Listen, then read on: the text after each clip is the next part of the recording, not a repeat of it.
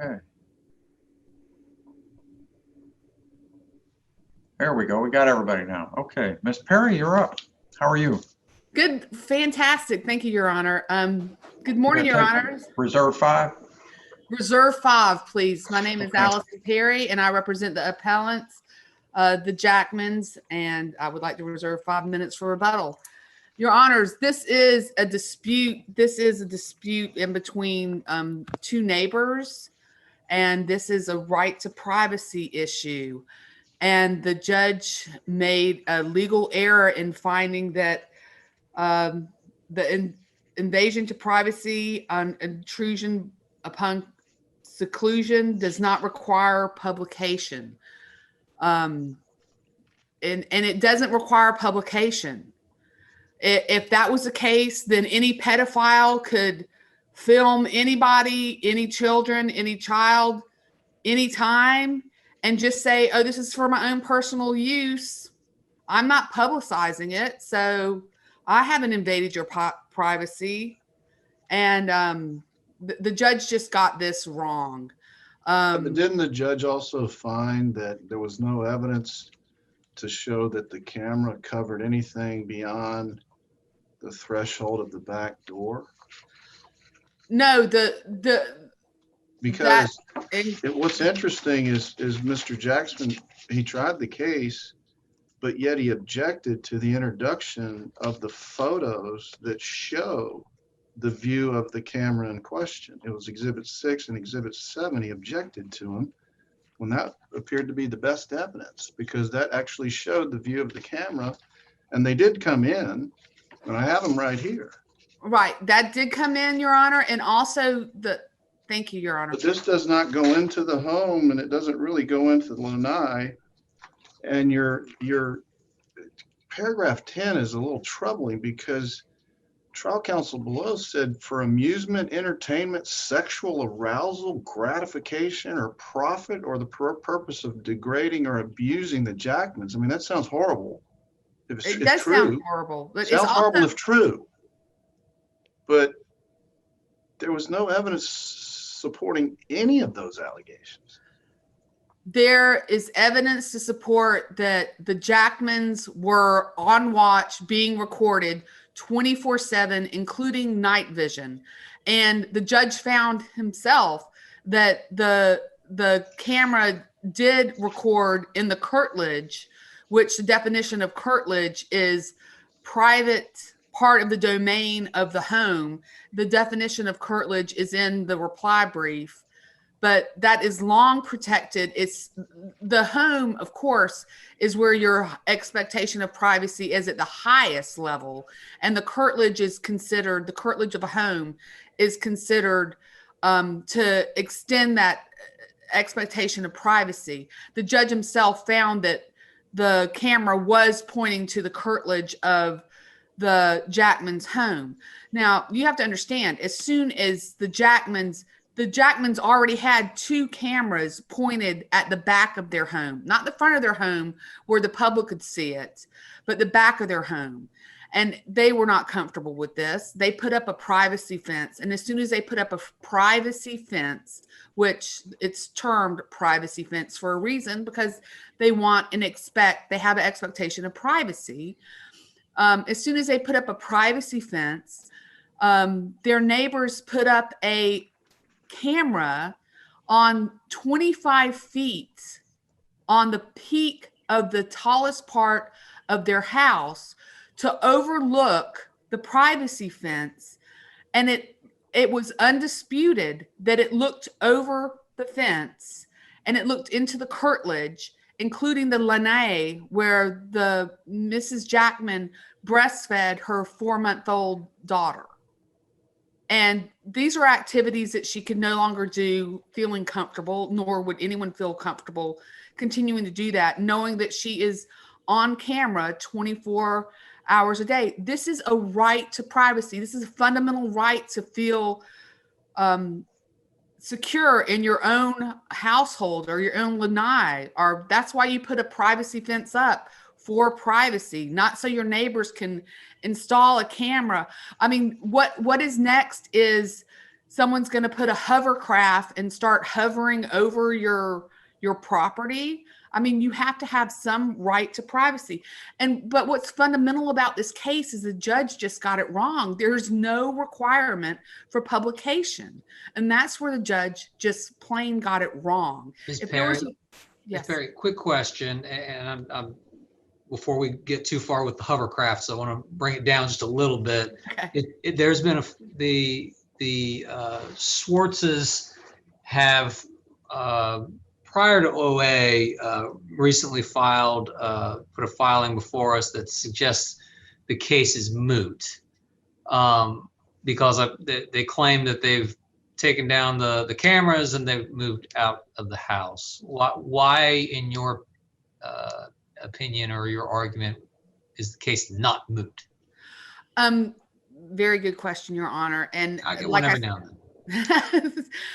like I stated in my response, it was an unsworn document that was filed. I have no knowledge of it actually happening.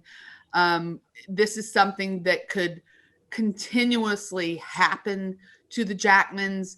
We do not know if the camera has been removed. If it has been removed, it could happen again. This is something of great public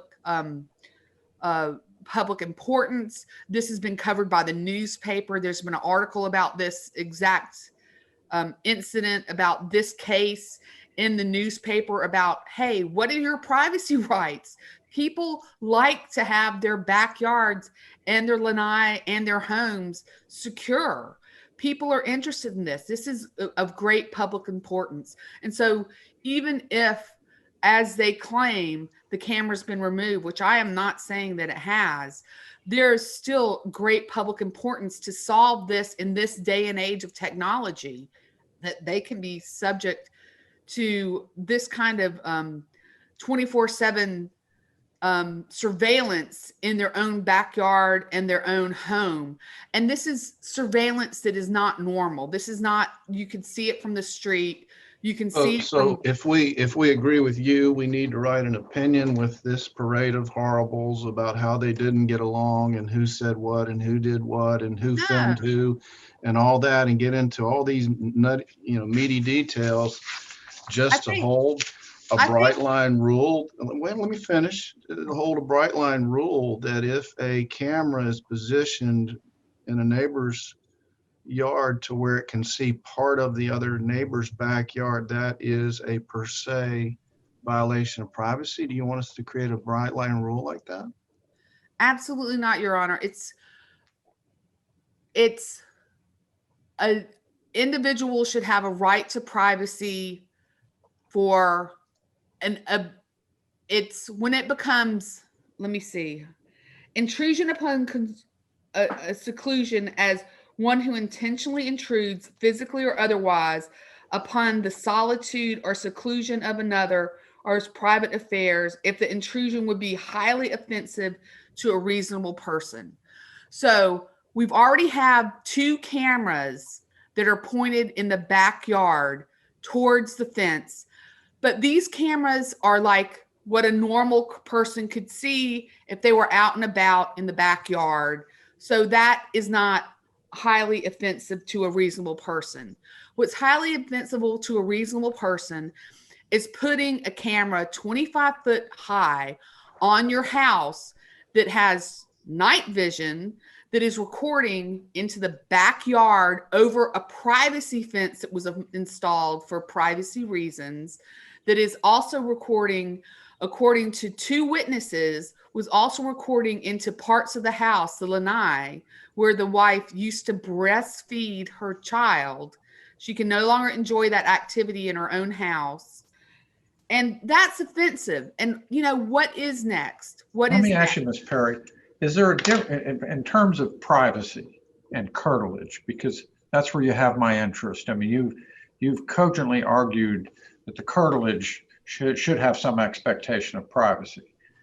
But is there a difference between, and of course the corollary of that is, well, we can see into most people's backyards, and so everybody understands that. But is there a difference between being able to see in somebody's backyard and recording what's going on in the backyard?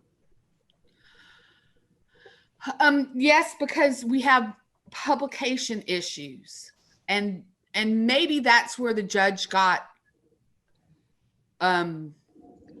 Okay, let's take the publication issues out of there for a second. You're in your backyard. You're gardening in your backyard.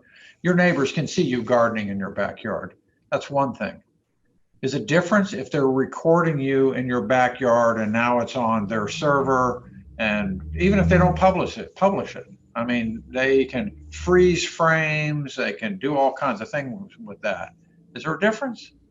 Well, Your Honor, your expectation of privacy in your backyard depends on, where you are in your backyard. Yeah. I mean, it But just does your does. expectation differ about people casually seeing over your fence and seeing you as opposed to somebody with a camera recording your every move Yes. and Yes. having access to it, as I say, to freeze frames and enhance the view of you in your backyard? I mean, isn't there a difference?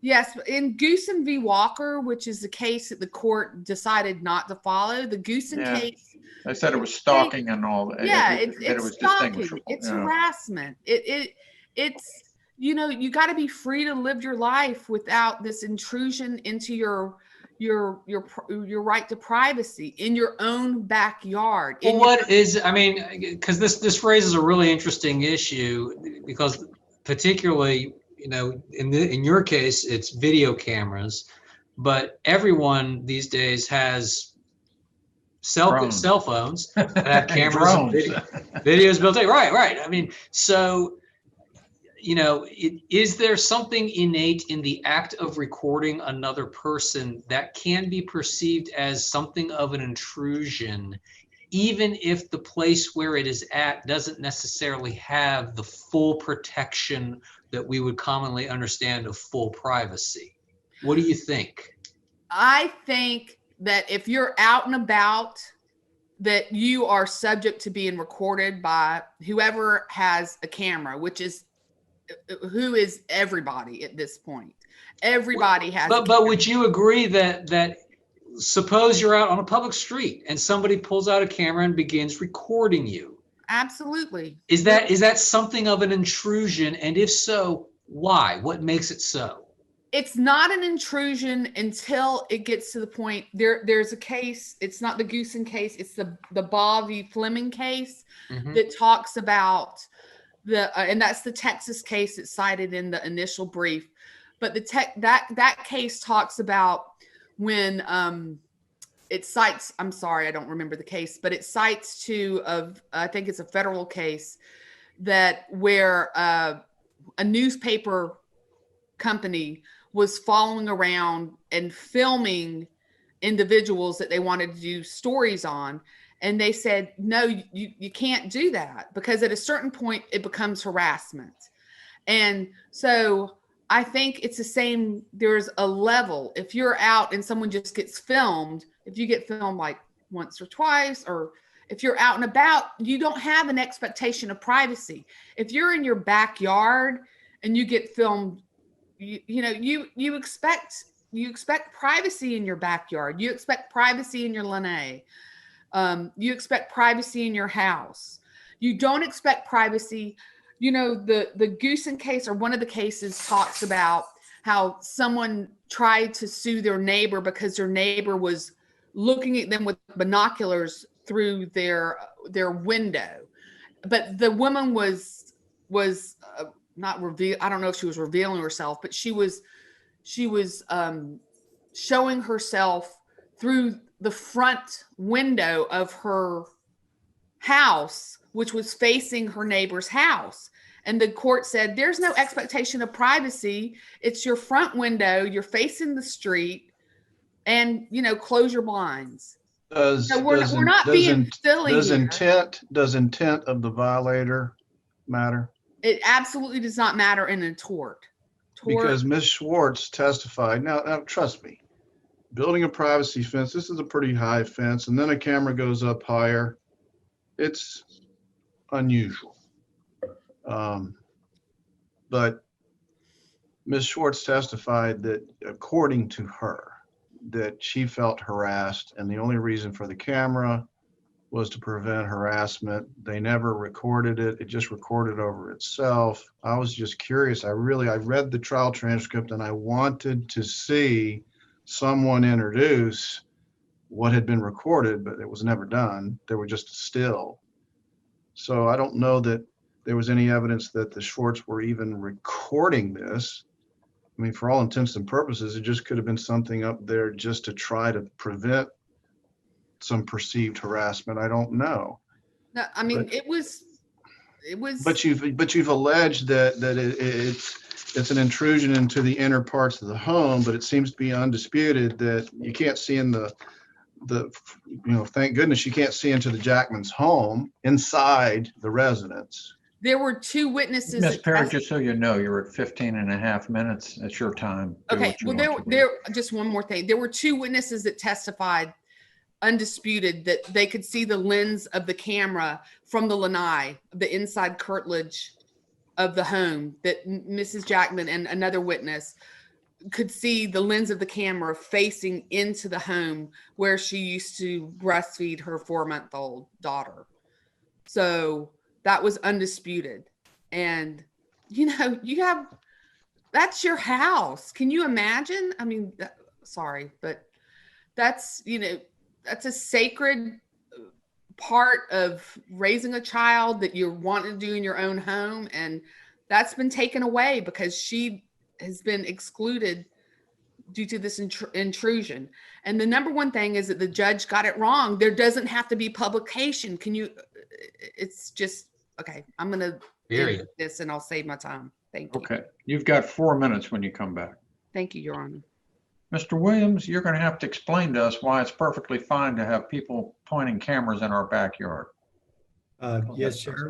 May it please the court, do you want me to start off with that point? That is the point, I think. Well, sir, sadly, I was going to start off with, my name's Steele Williams. I represent the appellees, Kathy Schwartz and Rich Schwartz. Sadly, this is a dispute between neighbors that used to be friendly. It started off with a plan issue, code enforcement violation issue, shed on my property issue. Then it turned into a harassment issue. My clients put up that camera specifically, as they testified, to prevent so when my client, Kathy Schwartz, could go out and do her pottery and her planting on that side of the portion, which is on the Jackman side of the house, so that he wouldn't harass her. Well, let me just ask this question because Sure. this appears to be a big enough fence that Mr. Jackman, unless he's 7 feet tall, is not going to harass Ms. Schwartz in the backyard. But Your Honor, there's And then they another. raised the camera up. It seems really odd. And it seems like an interference because if I put up a wall and no matter how high I go, your camera goes higher, I'm going to feel like I'm being intruded upon. That privacy fence, Your Honor, did not cover the entirety of their property. There was another portion of their property, and there's a picture of this, where the Jackmans had a camera facing my client's house that they recorded 24/7, and that's how they knew my client was out in the yard when she used the pottery wheel and did her gardening. So there's But the solution to that problem is for them to extend the fence instead of putting up the camera. But I guess that's a choice they didn't make, so. but their is camera was Exhibit already up 6 before our camera went up. Can you see that?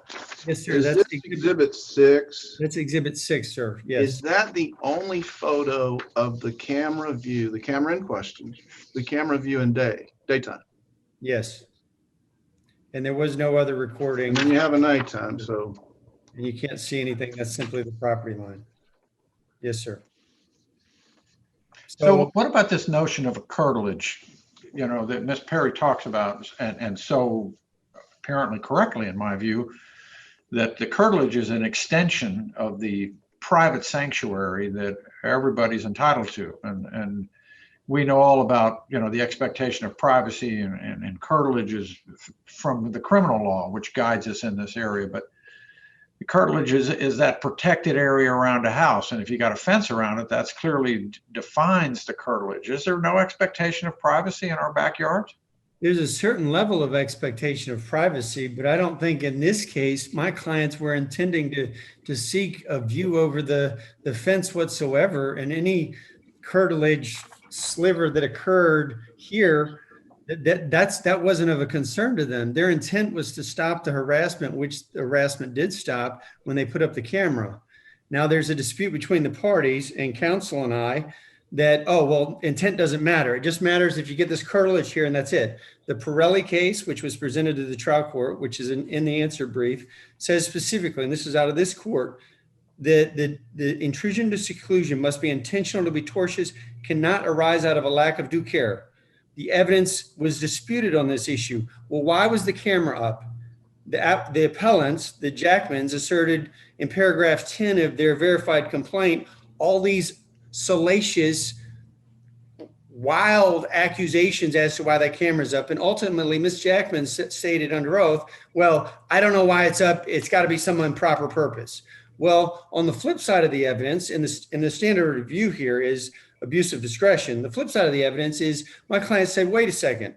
They've got a bunch of cameras. We've got a bunch of cameras. When he started harassing me every time I went out into my yard, I put up that camera to watch the property line to prevent him from harassing me and document when he does. I think the intent that the tort of invasion of privacy contemplates maybe isn't the kind of intent that you're talking about, which is whether or not there's some nefarious purpose, but whether or not the invasion is intentional. In other words, was there an intent to put a camera up that would end up viewing into curtilage area of the Jackman's property?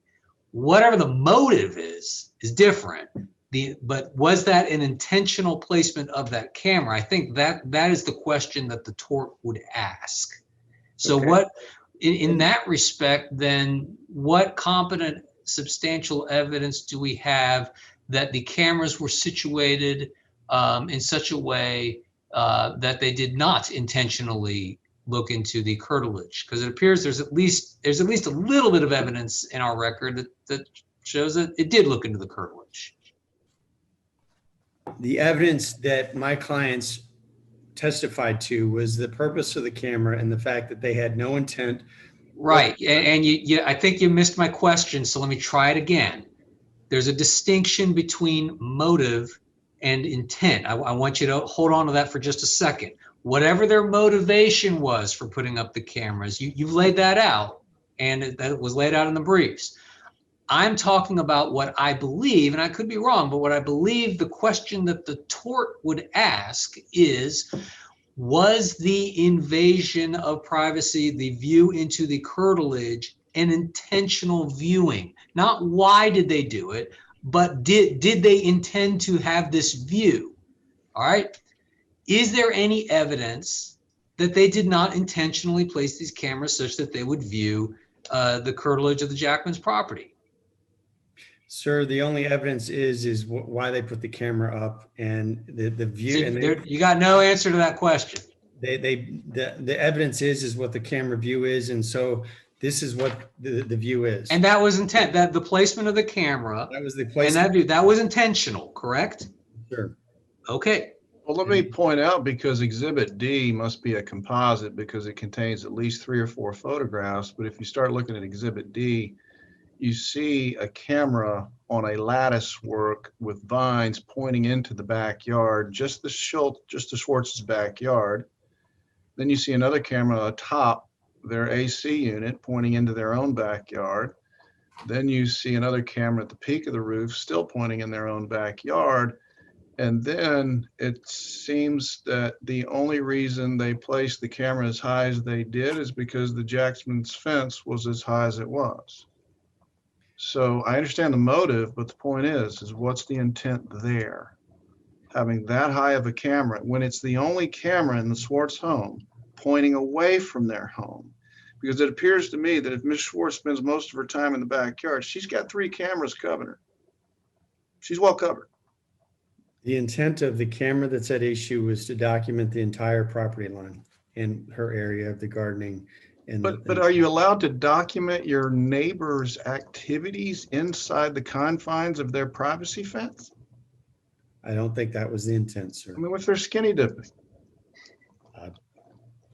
That wasn't the intent, sir. It was based on the harassment that they were receiving at the time, and that harassment stopped.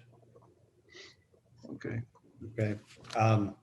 It certainly would be for whatever their intent may or may not have been, or their motive, as Judge Lucas more correctly sort of defines it. There are all sorts of unintended consequences that are foreseeable by virtue of what they've done. And one example is what Judge Sleet just said, catching people skinny dipping in their pools. I mean, is this something we want to get to? We're going to let everybody put cameras up and look at their neighbors' backyards? Is that, we got to get comfortable with that? Have drones flying over our houses? I mean, this is kind of where this all goes, right? You know, my clients at the time were trying to stop the harassment, and the harassment stopped. They had no intent to view into the Jackman's home or lanai. But you seem to think that makes it okay, and that's my concern. Is that, you know, does that make it okay if that's all we wanted to do is do this? Oh, gee, we're sorry we picked up all these images of private activities. We didn't mean for that.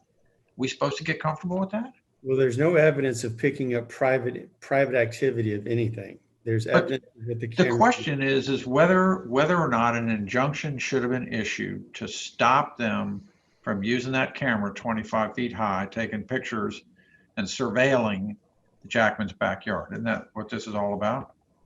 That's what the Jackmans have asserted, and we're asserting that that's not the purpose of the camera. And we're asserting that we asserted all sorts of other defenses to that, such as their cameras on us, which weren't addressed by the trial court.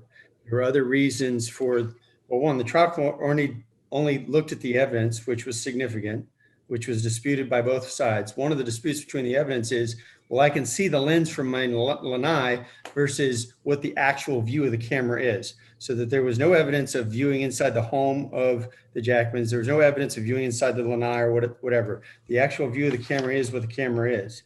But in terms of the tort of invasion of privacy, yes, sir. In a certain sense, if you are in your own property and you can see the lens of a camera looking at you, isn't that a valid piece of evidence for purposes of whether or not that your expectation of privacy has been invaded? This kind of goes back to the point I was talking about with Ms. Perry earlier, which is, you know, isn't there just something to be said, or just something innately invasive about the deliberate recording of a person or their property? At some level, I would agree with that, but I think in this case, both sides were doing that.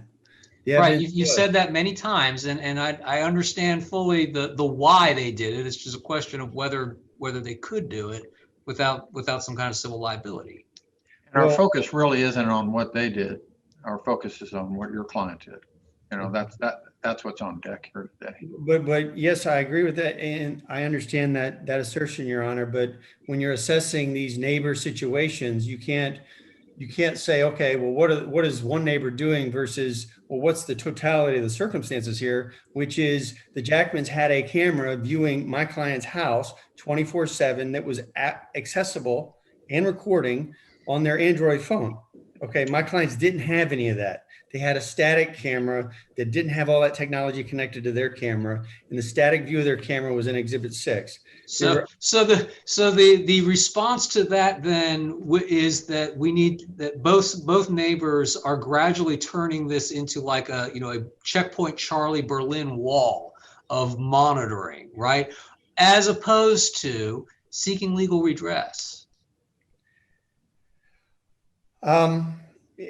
I think both sides went to the authorities first to ask, the policing authorities to ask about the sufficiency of their cameras, and both sides, it's in the record, were said that their cameras are fine. Okay. And then the legal redress was filed by the Jackmans, who are attorneys. In the ruling of the court, I don't know how much time I have. You're at 12 and a half minutes. Thank you, sir. I tried to set a timer, but then I had to do it through my cell phone and that sort of thing. Through the ruling of the court, there's no indication in the ruling of the court, the trial court, the publication or the lack of publication was an issue whatsoever. And there's no indication in the written ruling of the trial court that the publication or lack of publication was an issue whatsoever. Okay. The court looked at the substantial evidence that was produced by both sides, the disputed evidence, and the intent and the all of the various factors associated with that. Also, and I don't know if the court didn't make an oral ruling on my client's claims of unclean hands, in that they were doing the same thing, and even more so by recording through more technology than my clients had. The oral ruling of the trial court was that the Jackmans, the plaintiffs, did not meet the burden of producing substantial competent evidence sufficient for a temporary injunction at this stage of the proceedings. The court did not address the other factors necessary for a temporary injunction. The court did not address the defenses we asserted to the temporary injunction, such as unclean hands, and the proceeding ended at that point. Excuse me. The trial court's ruling should be affirmed. There's an abuse of discretion standard of review here based on the disputed evidence. Abuse of discretion basically says that no reasonable judge would have found that there's no expectation of privacy in a person's backyard to be protected from an intruding surveillance camera. Based Is that on, right? yes, sir. Based on the evidence. I'm having a hard time thinking of any judge who would have agreed with that judge. I'm having a very hard time with that. Well, yeah, but at this point, that the judge was saying, well, wait a second, and the evidence was all over the place as far as everybody's cameras. Now you're saying this back sliver that you can see there of their fence, and there's no other evidence in that, then that's highly offensive and intrusive and all that. I think a judge would say, well, wait a second, this is a neighbor dispute where you guys both have cameras going at each other. Why don't you guys resolve it some other way than through a temporary injunction? Well, I sat in the trial court and presided in many, many, many injunctions. And I personally, those thoughts you just articulated would not have come to my mind. Okay. Well, again, with my clients had no intent. They put up the camera to stop the harassment. The harassment stopped. The two issues of substantial likelihood of success on the merits, the evidence was disputed. This issue of the goose and the other issue raised in the initial briefs that the goosing case was required to be applied, doesn't apply to this case. One, the cell phone recordings were not in the complaint, not in the temporary injunction motion. And when they were brought up at trial, I objected to it. And the court said, no, we're not going to talk about cell phone recordings. It's not in the complaint and not. But why isn't the rationale applicable? Yeah, there are some factual distinctions and all that, but what about the rationale? The rationale seems to be very applicable. But the goosing case is totally different than the case going on here. The landscape was totally different. You had neighbors, okay, admittedly, that's the same here, but you had neighbors that had mutual injunctions against them, each other, for domestic violence. So there was some history to that. And in the goosing case, they mentioned that there was evidence, and they don't say what that there was. We are satisfied from the evidence as well as other evidence. They don't say what that evidence is. That the cell phone recordings constitutes stalking and all these various things. Totally different situation than we have here today. We don't have mutual injunctions against domestic violence against each other. They are neighbors, and again, I assert this for procedural reasons, that this cell phone recording was not in the complaint, not in the temporary injunction motion. And further, this idea of recording is, I mean, if both sides are doing it and they're doing it even more than we're doing it, how are we violative of anything? And the unclean hands issue. Well, the bottom line is that Ms. Perry's clients brought the action for injunction and yours didn't. So it's really your client's behavior that's subject to scrutiny, not hers. But isn't it a fair comment to say that when you're assessing a temporary injunction situation, that the conduct of the person seeking equity is also at issue, and if they have unclean hands, it's not appropriate. And if they're doing the same thing, it's not appropriate to consider from an equitable standpoint that they are entitled to equity. Another issue I'd like to address is one of the judges mentioned that the camera's gone, things are moot. That's correct. My client's moved out of the house. So, But it's Well, unsworn. Yeah, it's unsworn, and I'm not even sure what that means. They moved out of the house. I mean, are they living temporarily somewhere else and are moving back? Did they sell it to somebody else? they've tried to sell the house. There's And again, what you're about to articulate, Mr. Williams, is outside of our record, right? Right, which we I do mean, for you're getting ready movements to from time. testify as In to fairness, facts, we and do you know that we in don't do movements that from time here. to time, not anywhere else. But even what you gave us kind of leaves you scratching your head whether or not it's really and truly moot. And there may be policy reasons why we should never, even if it is moot, we should still consider this. okay. Well, the court raised the issue of mootness, and I was just trying to address Well, that. actually, your clients did. They were the ones that put that before us, and I just wanted Ms. Perry's thoughts on it, and I would welcome yours as well. I'm not sure what we're supposed to do with that, given that all that says they've moved out and the cameras are down, but there's nothing that says that, we have They no won't go basis to back up or know they'll that move back in. right, or that they won't go back up. And you're at 19 minutes. I'll just briefly assert that I would ask the court to look at the oral ruling from the trial court that's in the record. Has nothing to do with publication whatsoever. There's no legal error on that issue. And the written ruling by the court has no issue with publication whatsoever. And there's no indication that the trial court considered the other three elements of the temporary injunction or their affirmative defenses to the equitable relief sought. For those reasons, we think the court should deny and affirm the trial court's ruling. Thank you, Your Honor. Thank you, sir. Ms. Perry? Yes, Your Honors. First, I'd like to address the issue of the unclean hands. The cameras, the evidence was that the cameras that the plaintiffs or the appellants had were facing public, accessible, or viewable areas of the appellee's home. It wasn't on the back part in the private areas of the home. So one of the cameras faced the garage door, which was also viewable by, the street. So there's no expectation of privacy. So there is no unclean hands, even though the judge, did not consider that argument, it would have failed. Also, opposing counsel alleged that, the alleged harassment stopped when the 25-foot camera was put up. Also, you might want to think, hey, maybe when the 6 foot privacy fence was put up, the harassment stopped, because there was a privacy fence, which, the whole purpose of the privacy fence was to give privacy to the Jackmans, but also to the Swartzes. So perhaps the harassment stopped not because of the camera, but because the privacy fence was serving part of its purpose. Now, the problem is the other part of the purpose of the privacy fence was to give the Jackmans privacy, which was completely defeated by the Swartzes when they installed the 25-foot camera that had night vision that recorded them 24/7. Now, you talk about the Goosen case, and he tries to, opposing counsel tried to distinguish it, saying there was, much more. There was recordings. There's no evidence of recordings.